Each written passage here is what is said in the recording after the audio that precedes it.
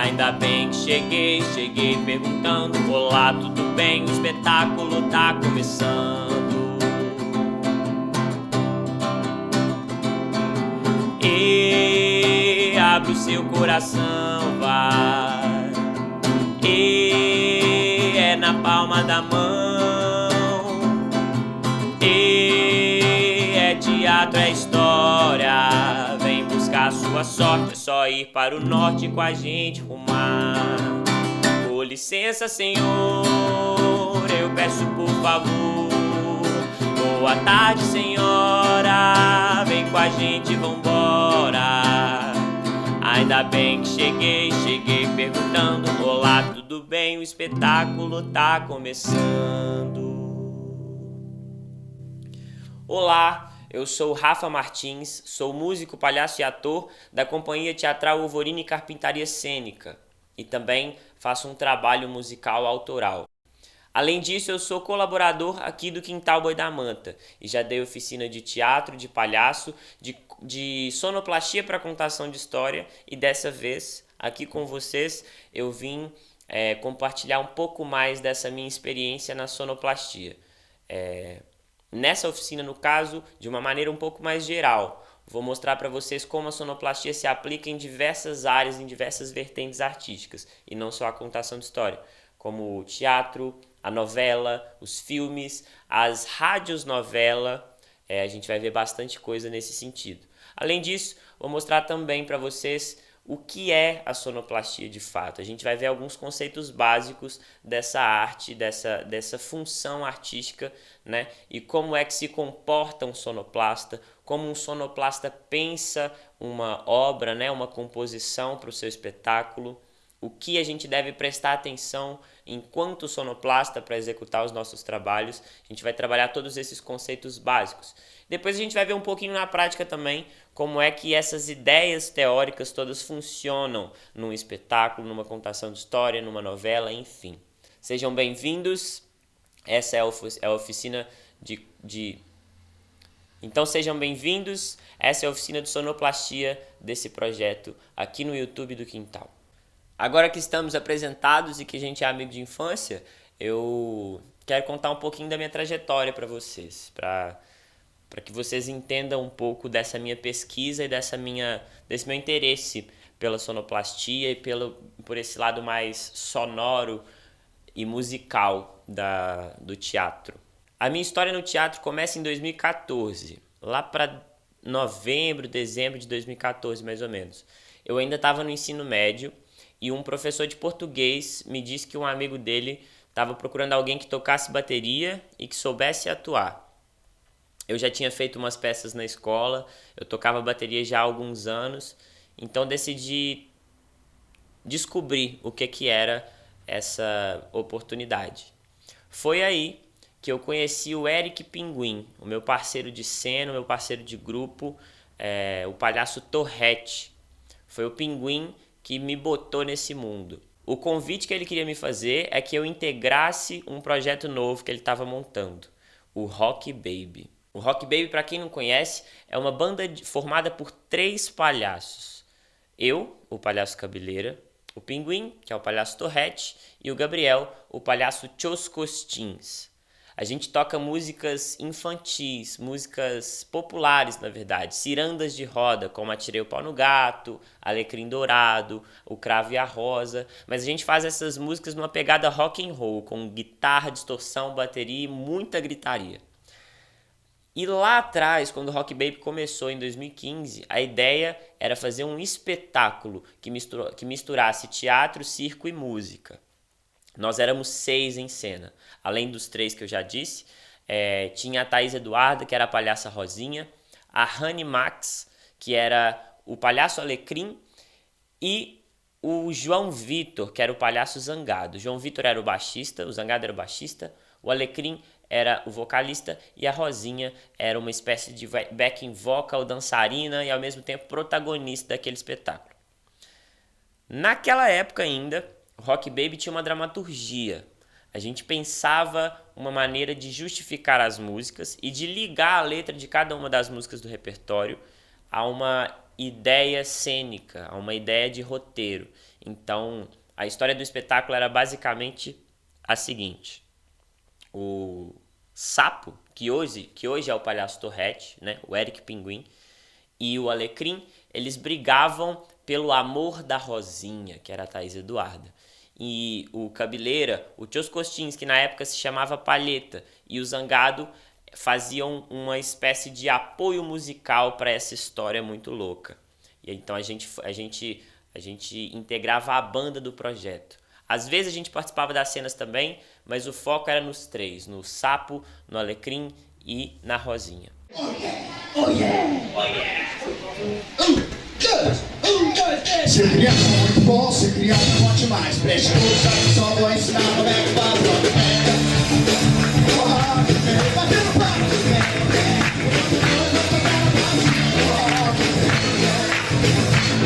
Pega, pega, esconde, agora quero brincar. Pegou, pega, na agora quero ganhar. Morto, sou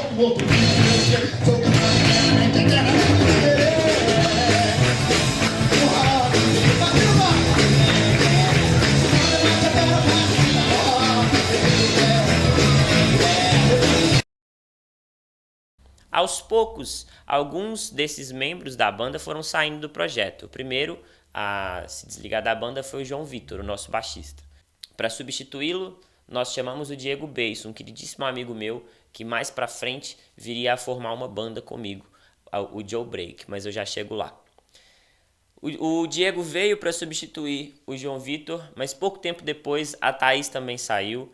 E nesse momento, no momento em que a Thaís se desliga da banda, a gente decide tirar todo esse aspecto teatral do espetáculo. A gente decide abandonar a dramaturgia do espetáculo e focar no que de fato importava pra gente, que era o show, que era o circo, que eram as músicas. Então o Rock Baby assume de fato e definitivamente a posição de banda nesse momento. Isso foi muito importante pra gente, porque daí pra frente a gente pôde experimentar muito mais possibilidades sonoras, a gente compôs muito mais músicas, passamos a encarar a ideia de fazer um trabalho autoral, de fazer músicas autorais. Pouco tempo depois, infelizmente, o Diego também teve que se desligar da banda, e aí ficamos eu, o Eric, o Gabriel e a Rani Max. Em 2019, a Rani Max também se desligou do Rock Baby. E pra gente foi um divisor de águas, porque a figura dela em cena, a figura dela no palco era essencial para que o projeto desse certo, porque ela era a vocalista perfeita, com presença, com uma voz marcante e com uma performance belíssima e super importante pra gente. Então, quando a Rani Max se desliga do projeto, eu, Pinguim e Gabriel tivemos que reinventar todo o Rock Baby para pensarmos em como é que a gente seguiria dali para frente. Decidimos assumir então que ficaríamos só os três no palco, dividindo as vozes e os vocais das músicas e assumindo ainda mais a postura circense do show. Então a gente aprofundou a pesquisa do palhaço, a gente desenvolveu ainda mais números circenses de malabares, de mágica, de acrobacia, enfim. A gente decidiu abraçar essas duas coisas com todas as forças que tínhamos e é assim que a gente segue até hoje. Fica aí com um trechinho do Rock Baby para você entender do que é que eu tô falando. Minha moto faz amor, minha moto é animada, o nome dela é Velotron. Minha moto é animada, minha moto faz amor, minha moto é animada, o nome dela é Velotron.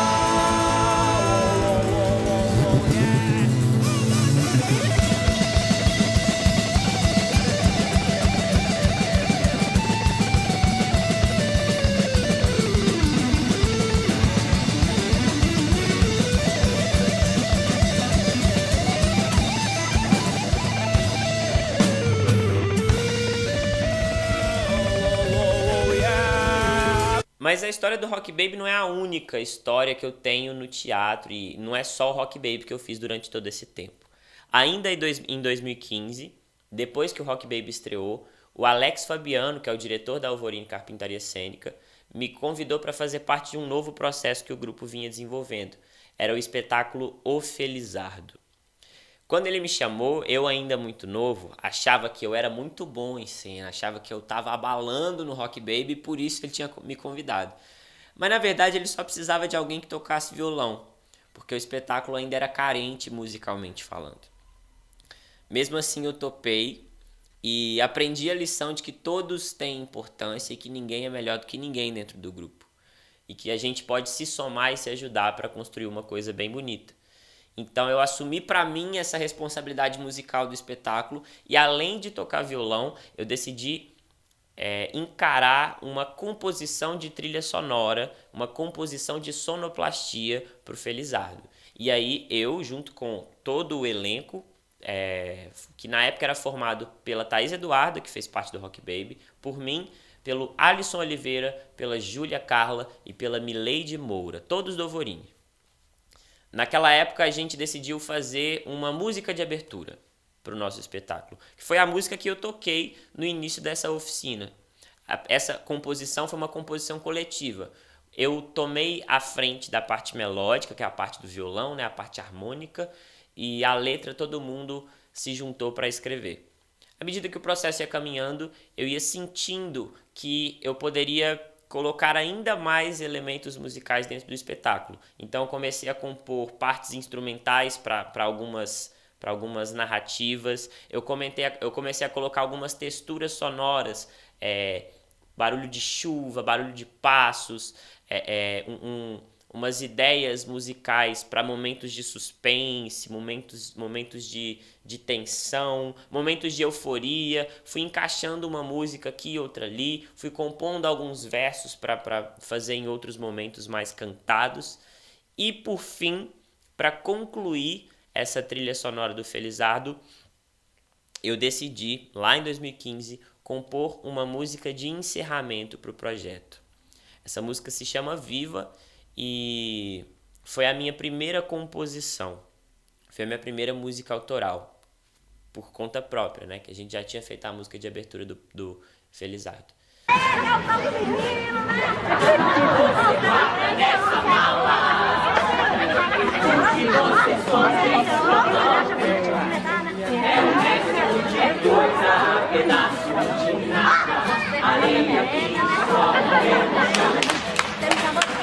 O melhor da vida é de graça.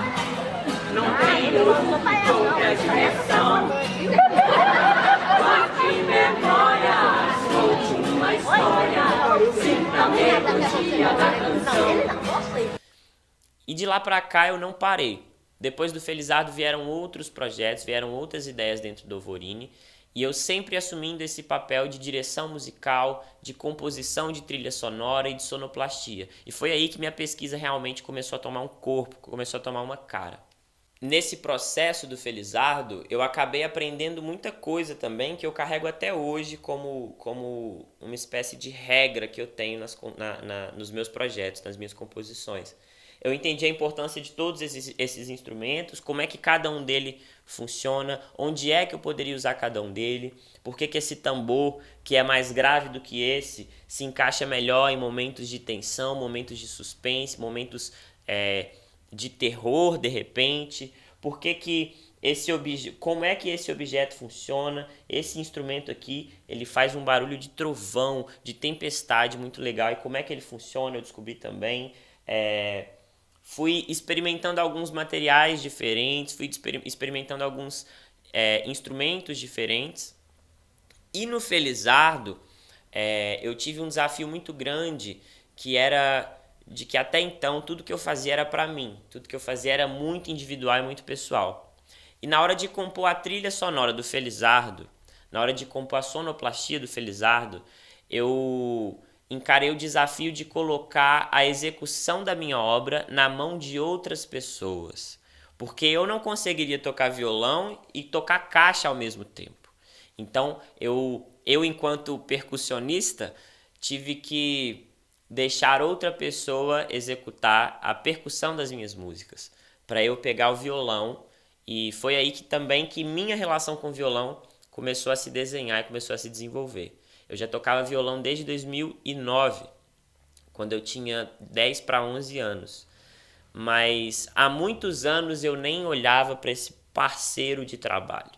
Eu nem me interessava mais tanto assim por esse instrumento. E eu já estava enveredando completamente para o lado da percussão, para o lado da bateria, do pandeiro, das caixas. O Felizardo me trouxe esses dois valores muito importantes. O primeiro é a reaproximação com o violão e o segundo é colocar as coisas que eu criava na mão de outras pessoas, para que elas pudessem acrescentar, para que elas pudessem produzir junto comigo, criar junto comigo, mas mais do que isso, para elas poderem me ajudar a executar o que eu tinha pensado. Foi um processo de desapego bem importante para mim nesse ponto, porque aí eu comecei a ver o quanto que esse processo criativo coletivo era mais interessante até do que os meus processos individuais, e que tinha momento oportuno para as duas coisas, e que eu podia gostar e me interessar pelas duas maneiras de compor.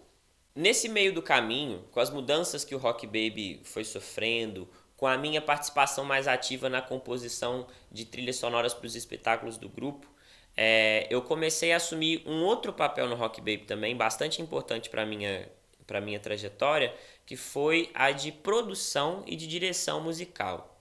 Eu comecei a me interessar cada vez mais pelo momento da montagem do show, pelo momento da montagem de um repertório, pelo momento da montagem de uma música, né? Pensar um arranjo, pensar uma melodia, pensar uma harmonia, pensar em onde colocar o refrão. Então eu comecei a me interessar cada vez mais por isso. E hoje desenvolvo também essa atividade de produção musical. Eu componho letras e melodias não só para mim, mas para outras pessoas também. E isso tudo começou no Rock Baby, quando eu tive essa oportunidade de tentar esse caminho que eu ainda não conhecia. Em 2016, eu tive a oportunidade de viver uma outra experiência, que é essa aqui que eu estou fazendo com vocês hoje. Em 2016 eu dei a minha primeira oficina. Foi uma oficina de teatro. Eu, na verdade, passei 2 exercícios só dentro de uma oficina coletiva que todo o Ovorini ministrou lá em Paracatu, num festival de teatro. Mas lá eu já comecei a perceber esse meu lado musical, meu lado rítmico, sendo aflorado numa perspectiva mais didática, porque nessa primeira oficina eu trabalhei muitos exercícios de ritmo e de ritmo a partir do corpo. Como é que os nossos passos, como é que a nossa palma, como é que o nosso caminhar ditam ritmo e podem ser percussivos, tanto quanto um tambor, tanto quanto um pandeiro, enfim. E foi assim que eu comecei a entender que eu podia, além de produzir, eu podia ensinar o meu jeito de produzir as minhas músicas, as minhas trilhas sonoras, as minhas sonoplastias. E foi um caminho sem volta, na verdade. Porque logo depois disso, eu desenvolvi uma oficina minha, uma oficina particular, onde eu misturava um pouco da linguagem do palhaço com essa linguagem musical. E nesse momento, eu integrei um projeto muito legal chamado Avivar-mente, que é um evento de imersões emocionais coletivas, e nesse evento eu dava essa oficina de palhaço, de música e de teatro, entendendo como é que o outro se comportava a partir das ideias que eu colocava na roda, que eu jogava para o mundo, né? Isso foi muito legal, foi muito rico para mim. Comecei a entender também, a partir desse corpo alheio, desse corpo que não é o meu, como é que eu consigo produzir toda essa musicalidade a partir do meu próprio corpo. Eu consegui perceber que a coordenação motora de cada um de nós é diferente, que os nossos corpos eles têm sons diferentes e como é que a gente pode otimizar essa possibilidade sonora que cada um carrega. Com o passar do tempo, além de todo esse trabalho que eu produzi, que eu tive a oportunidade de fazer parte, vindo do teatro, eu comecei também a me interessar por escrever para mim mesmo. E lá em 2015, depois de escrever Viva, que é a música do Felizardo, eu escrevi a minha primeira canção autoral pessoal, para o meu projeto pessoal. Essa canção se chama Saudade e faz parte do meu primeiro EP a ser lançado, que se chama Sandrinha, que é um EP que conta com 3 músicas que eu fiz em homenagem à minha mãe. Saudade foi uma experiência muito bacana e muito rica para mim, porque eu no auge da minha adolescência me vi escrevendo uma música muito mais emotiva do que eu gostaria que fosse. E aí eu comecei a entender, além dessa parte musical, dessa parte sonora, eu comecei a entender de métrica, de rima, de sílaba, entender um pouco mais, de um aspecto um pouco mais gramatical e mais escrito da música. E isso foi muito útil para mim lá na frente, quando eu comecei a desenvolver textos e poemas para os espetáculos da Alvorine e de outros projetos paralelos também, em conjunto com esse trabalho musical. Quando a noite vem, não consigo dormir.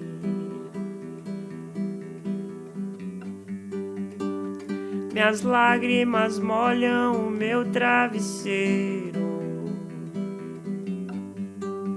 e você não está aqui. Caminhando um pouquinho mais à frente no tempo, a partir de 2017, eu e o Pinguim, lá do Rock Baby, a gente decidiu criar um novo espetáculo de palhaço pra gente. E foi assim que surgiu o Le Cirque dos Sonóis. A ideia desse espetáculo era colocar o Cabeleira e o Torrete em cena para encarar o público a partir dessa perspectiva do palhaço. Então, no início, o Le Cirque dos Sonóis era um espetáculo que não tinha texto, que não tinha dramaturgia, não tinha nada. A gente tinha alguns números de circo, de malabares, de mágica, de pirofagia, de acrobacia, de contorcionismo, e a gente ia para a rua com esses números, apresentava esses números para o público e brincava com essa ideia do texto improvisado na hora, a partir do que o público nos indicava dentro do espetáculo. Então era um espetáculo que misturava improviso e esses números marcados e coreografados. A gente ficou rodando com o Le Cirque dos Sonóis nesse formato por um pouco mais de um ano. Chegamos aí para o Ceará, para Fortaleza, apresentar o Le Cirque dos Sonóis numa universidade. Foi uma experiência muito rica também. Mas no Cirque dos Sonóis, a gente viveu um outro tipo de experiência sonora, de experiência ligada à sonoplastia, que eu ainda não tinha vivido. Até aquele momento, todas as produções das quais eu fiz parte eram produções orgânicas, eram produções executadas na hora. Então no Felizardo eu tocava o violão, o pandeiro e o triângulo. No Rock Baby eu tocava bateria e cantava ao vivo. Em outros projetos menores eu sempre tive essa experiência de executar a trilha sonora ao vivo, in loco. No Cirque dos Sonóis, como eu estava em cena e ativo o tempo todo com o Pinguim, a gente teve que encarar, que a gente teve que se apropriar de um outro tipo de execução, que era a execução mecânica de sonoplastia.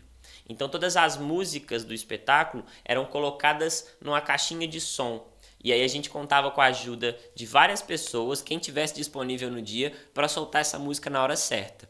O Gabriel já fez esse trabalho pra gente, o Alisson, a Thaís Eduarda, enfim, muita gente, pessoas de diversos festivais dos quais a gente participou. Sempre que tinha uma pessoa disponível, essa pessoa era a nossa sonoplasta. E para esse espetáculo, a gente decidiu assumir composições de outros artistas. A gente decidiu pegar músicas já prontas, músicas já compostas para trazer para nossa trilha sonora. E eu e o Pinguim, a gente compartilha um gosto genuíno e muito forte pelo jazz, pela black music, pelo soul, pela música negra norte-americana. Por isso, a trilha sonora do Le Cirque dos Sonóis tem muito dessa carga, repleta de jazz, de black music, de soul. A gente gosta muito disso e decidimos trazer esse gosto para esse espetáculo que tomava cara e ganhava um corpo muito legal.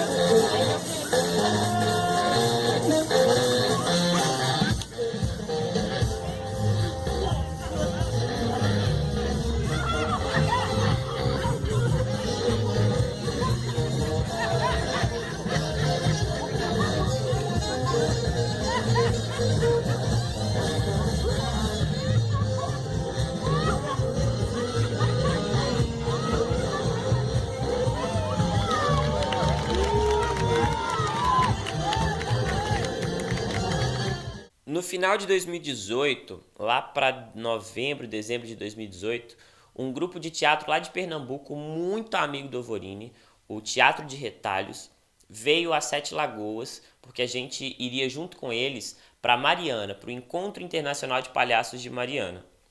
E nessa vinda deles, a gente apresentou o Le Cirque du Sonois para que eles vissem no quintal da casa de um amigo, o Lorenzo Caverna, professor de dança e de hip hop aqui de Sete Lagoas. E o Dejaelton Quirino, diretor do Teatro de Retalhos, e a Carol Arcoverde, também do Teatro de Retalhos, gostaram tanto do projeto que se dispuseram a traçar uma direção e uma dramaturgia para o Le Cirque du Sonois. Eu e Pinguim, a gente que gosta pouco de viajar, a gente percebeu que teria que ir lá para Arco Verde para fazer esse projeto com eles, e na hora a gente topou. O Pinguim já estava indo antes dessa ideia surgir, porque ele montaria o seu espetáculo solo, o Estação Torrete, também com o Dejaelton. Então eu entrei de carona nesse barco, a gente foi para Pernambuco, a gente foi para Arco Verde, e o Teatro de Retalhos, o Dejaelton e a Carol ajudaram a gente a escrever uma dramaturgia para o espetáculo e dar corpo para essa direção também do Cirque du Sonois. E aí outras músicas foram aparecendo, a gente foi trocando um pouco desses jazz que a gente colocava por músicas clássicas em um momento de balé, em um momento de uma dança mais marcada e mais coreografada. E eu fui entendendo que essas ideias aparentemente opostas, né, a ideia da rigidez e da disciplina da música clássica e a oposição que o jazz faz a isso, porque o jazz é um ritmo muito improvisado, como é que essas ideias opostas poderiam se encaixar e criar uma ideia muito rica e muito complementar, apesar da oposição. Então, todo o espetáculo que eu participei trazia para mim uma carga, um conhecimento muito importante, muito relevante nessa minha pesquisa de sonoplastia. Eu comecei a entender que além da técnica, além dos objetivos concretos que eu posso atingir com a sonoplastia, existe toda uma subjetividade, um trabalho com metáforas e com simbologias que a música e que o som poderia trazer também para um espetáculo. E aí a minha cabeça se abriu, o horizonte se expandiu e eu comecei a experimentar um monte de possibilidade nova.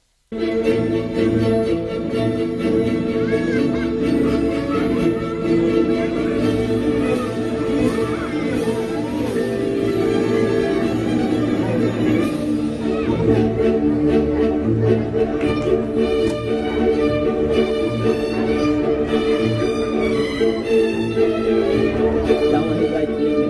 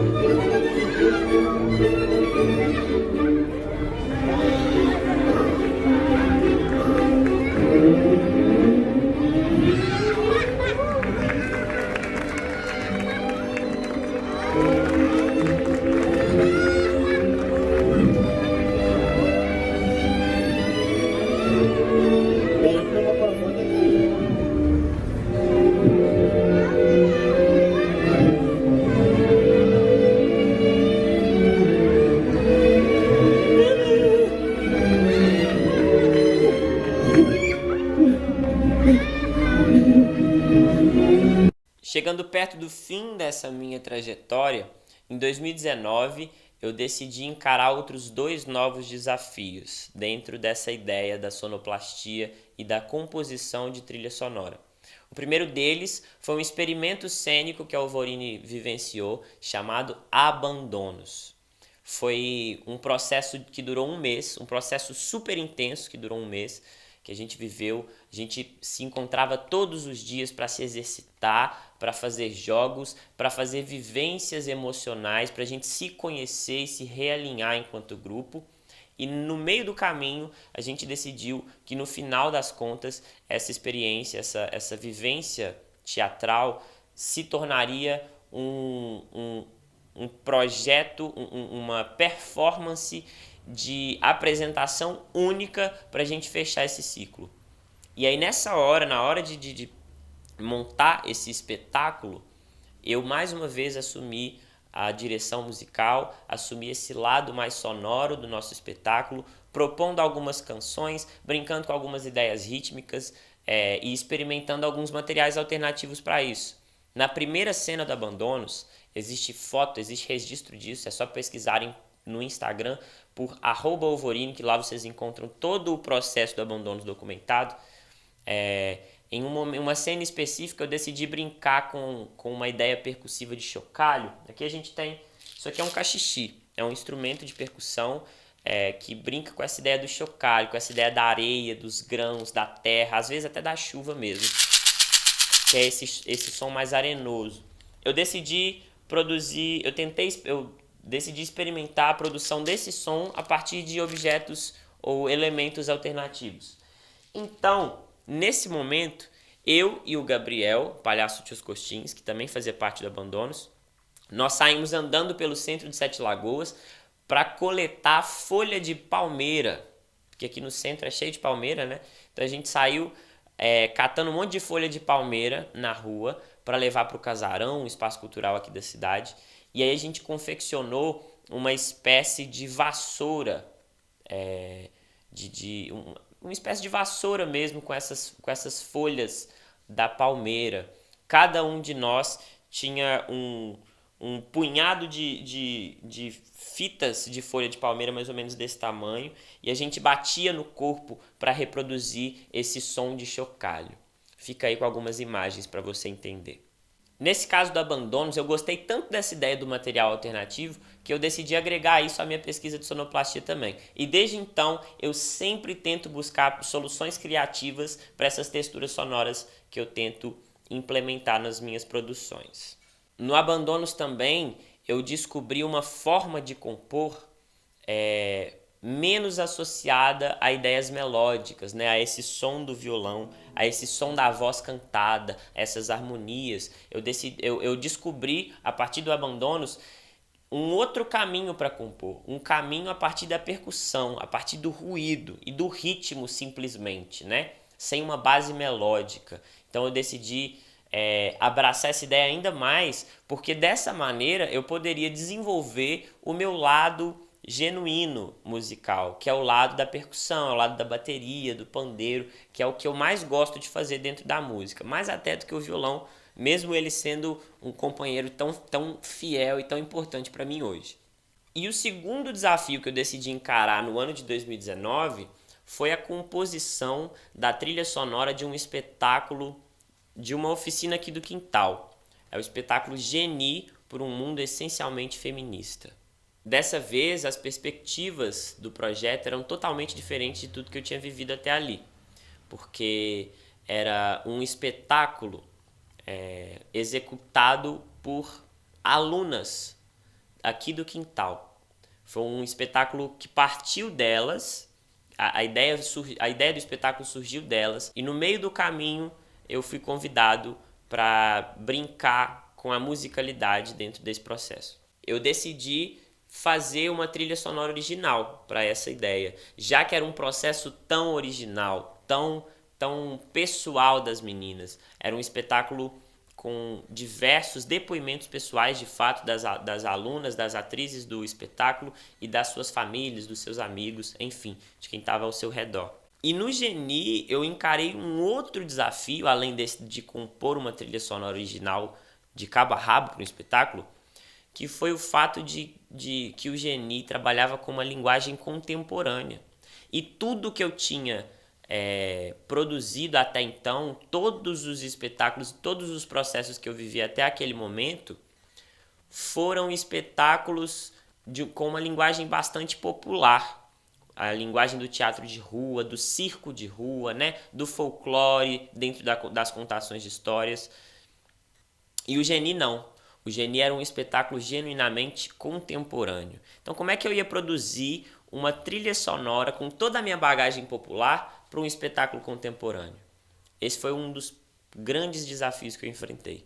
E para não fugir das minhas raízes, eu coloquei um toque popular dentro do Geni. A sonoplastia do Geni é toda produzida a partir do violão, da timba e de chocalhos. Eu compus a trilha sonora desse espetáculo pensando nesses instrumentos, nesses elementos e em tudo que eles poderiam me oferecer. Todas as possibilidades que eu poderia criar a partir deles. No caso do Geni, mais uma vez, eu tive que dividir a execução dessa trilha sonora com outra pessoa, porque eu não conseguiria tocar a timba e o violão ao mesmo tempo. Em algum momento, executaram comigo essa trilha sonora o Pedro Marota, o Gabriel Cordeiro, palhaço de Oscostins, e a Clarice Rodrigues, filha do Paulinho do Boi, aqui do Quintal, artista super plural. E foi uma experiência muito rica, porque todas as nuances do espetáculo foram compostas por mim. Pela primeira vez eu compus uma trilha sonora do zero. Aliás, do zero não, porque a gente contou com a colaboração maravilhosa do Marcelo Veronês, artista de BH, que nos emprestou a canção Hino da Corte Devassa, uma música muito legal que traz um aspecto militante para essa pulsação do carnaval e a valorização desse respeito ao corpo feminino, ao corpo da mulher trans, da mulher cis, enfim, da mulher. Era uma vez, bendita Geni. Na esperança adocicada, pela balinha oferecida, no orfanato abandonada, Geni se entregava ao adulto. Adulterado pela santidade dos religiosos, amparados pela Sagrada Escritura, que apregoava a moral imposta, contraditória ao desejo febril, que em tom pecaminoso usurpava aquele desgraçado destino infantil. Passe aqui, menina. Venha. Está na hora de rezar. Um detalhe curioso desse espetáculo é que Geni surge a partir da música do Chico Buarque, né? Geni e o Zeppelin. Mas já de cara, assim que eu entrei no processo, Paulinho já virou para mim e falou: eu não quero usar a música do Chico Buarque, eu quero uma coisa totalmente nova. Então, a única referência que eu tinha no início do processo para criar toda a trilha sonora foi descartada logo de cara. E eu tive que me revirar, me desdobrar para criar uma ideia nova, uma ideia original a partir disso. Mas existe uma pequena homenagem ainda à música do Chico dentro da trilha sonora de Geni.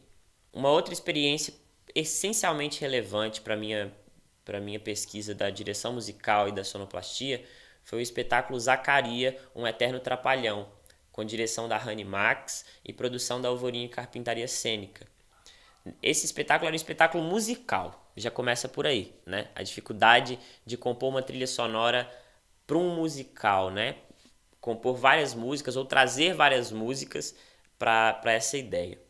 E junto comigo, tomando mais protagonismo nessa pesquisa da sonoplastia do que eu até, a Rani Max foi fundamental para mim, porque ela somou comigo nessa ideia. Ela trazia as músicas que ela queria trabalhar, porque é ela que dirigiu o espetáculo, e trazia também algumas nuances que ela queria que fossem relacionadas ao enredo da peça.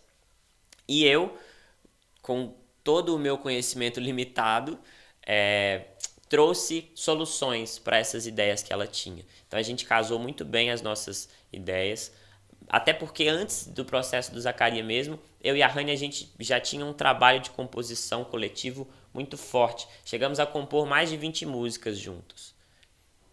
E na hora de trazer essa bagagem para o espetáculo, a gente se juntou mais uma vez para compor coletivamente essa trilha sonora. Nesse espetáculo, eu também não compunha, eu também não executava a trilha sonora sozinho. Na verdade, eu só tocava bateria na maior parte do tempo. E a minha bateria era o instrumento base de todas as nuances e todas as texturas sonoras do espetáculo. Então, tinham momentos mais emotivos, mais sensíveis, momentos mais dinâmicos, momentos mais concretos, momentos mais físicos, e todas essas ideias, todas essas perspectivas eu tinha que resolver com a minha bateria e um ou outro instrumento que me ajudava a compor isso. Então foi um processo bem legal, um processo bem rico para mim, porque eu me enxerguei versátil dentro de uma produção, dentro de uma composição de sonoplastia. E mais do que isso, dentro de uma execução de sonoplastia, porque eu fiquei cercado de instrumentos, fiquei cercado de objetos, e eu tinha que manipular todos eles com uma precisão cirúrgica para o espetáculo funcionar sem que eu quebrasse o ritmo dele.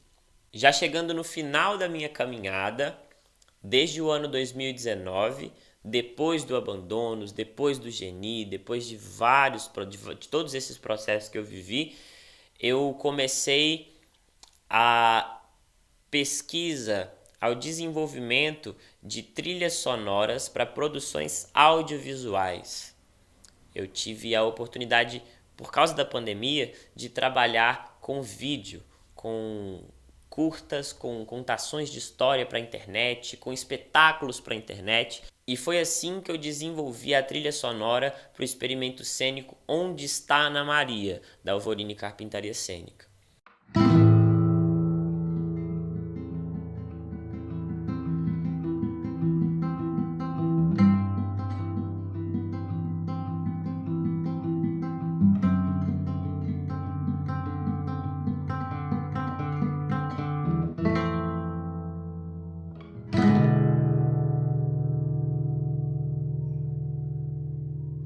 Esse experimento conta com a Mileide Moura, com a Thaís Eduarda e com a Flávia Batista.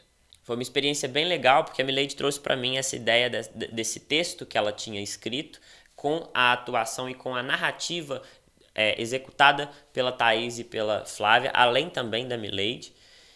E em um dia de trabalho, eu editei o vídeo delas e eu compus a trilha sonora desse vídeo. Foi num sopro. E uma experiência muito legal, porque pela primeira vez eu tinha vivido essa produção intensa e num fluxo completamente caótico de composição, né? Porque eu assistia um trecho do vídeo e compunha na íntegra, ao vivo eu compunha uma trilha para aquilo. Então, enquanto o vídeo tocava no meu computador, eu estava dedilhando alguma coisa no violão para encaixar uma ideia ali. Se a ideia desse certo, eu já gravava e colocava para eu não esquecer. Se a ideia desse errado, eu tentava outra para poder gravar e colocar para não esquecer de novo. E assim eu compus a trilha sonora original do experimento cênico Onde Está Ana Maria. Fica aí com um trechinho. Num grito em meia praça, uma denúncia fazia. Uma mulher desesperada que a mão ao peito trazia, chorava desamparada, a pobre Ana Maria, gritando aos quatro ventos o que há pouco acontecia. Foi ele, gente, eu lhes digo, foi ele sim, foi ele que me roubou e que se aproveitou de mim. Uma mutirão tão logo à sua volta firmou, perguntando aos cochichos, quem ou o que se roubou? Eu tô falando, é verdade. Aconteceu hoje mesmo. Ele, morador da cidade, dizia ser bom cidadão e me atraiu sem muito alarde e aproveitou então para fazer essa maldade. Me apunhalou o coração e me roubou, tal covarde. Ana Maria fica calma, esse é assunto delicado. É acusação bem séria, crime a ser investigado. Me conte toda a história. Era então, delegado. E essa é a minha trajetória musical, essa é a minha trajetória na sonoplastia. Eu achei importante trazer um pouquinho da minha história para vocês, para que vocês entendessem as minhas referências. Porque a minha oficina, o meu trabalho didático de sonoplastia, ele parte muito dessa experiência pessoal que eu tive. Todos os termos que eu vou utilizar, todos os conceitos que eu vou trazer para vocês, eles partem dessa minha experiência. Não tem muita ligação com uma teoria universal do que é sonoplastia. Eu trago um olhar bastante pessoal e um pouco ingênuo, eu confesso, dessa produção, desse aspecto artístico de um espetáculo, de uma novela, de um filme, enfim. Tudo que a gente vai ver a partir de agora tem muito desse meu ponto de vista, tem muito desse meu lado pessoal para o meu trabalho de sonoplasta. Então espero que eu seja capaz de passar esse conhecimento para vocês, que vocês entendam esses conceitos que eu trabalho e, mais do que isso, que criem novas possibilidades a partir disso, porque essa é a escola que eu tive o prazer de conhecer na arte. É a escola da criação a partir da troca. Eu entrego para vocês o que eu sei, vocês devolvem para mim uma nova possibilidade. E eu digo sim para essa nova possibilidade para eu poder continuar crescendo. Então, dentro da minha trajetória, a gente trabalhou muitas vezes o desapego, muitas vezes essa ideia de morrer na minha ideia para nascer na ideia do outro, né? O palhaço é bastante importante para esse momento da minha vida, porque foi na pesquisa do palhaço que eu aprendi a desenvolver o olhar do sim, né? De aceitar as ideias que vêm de fora para agregar as ideias que saem de dentro de mim. Dito tudo isso para vocês, eu espero ter trazido a minha bagagem de uma forma tranquila, de uma forma facilmente absorvida por vocês e que a gente continue assim nos próximos temas, nos próximos capítulos dessa oficina. Então esse foi o nosso primeiro encontro. Espero vocês nas próximas aulas, para a gente conversar um pouco mais a respeito de conceitos, de práticas, de técnicas sobre a sonoplastia. Para você conhecer todos esses trabalhos que eu citei nesse primeiro vídeo, você encontra os perfis de cada um deles aqui na descrição do vídeo. Fica à vontade para ir até a página do Quintal, para ir até a página do Vorini, do Rock Baby, enfim. Esse trabalho só é possível de se realizar porque nós contamos com recursos da Lei Aldir Blanc estadual. Lei essa que é super importante para a manutenção dos espaços, dos projetos e dos artistas em período de pandemia. Nos siga nas redes sociais para a gente trocar ideia, para a gente se conhecer, para a gente estar junto nos próximos projetos e até a próxima aula.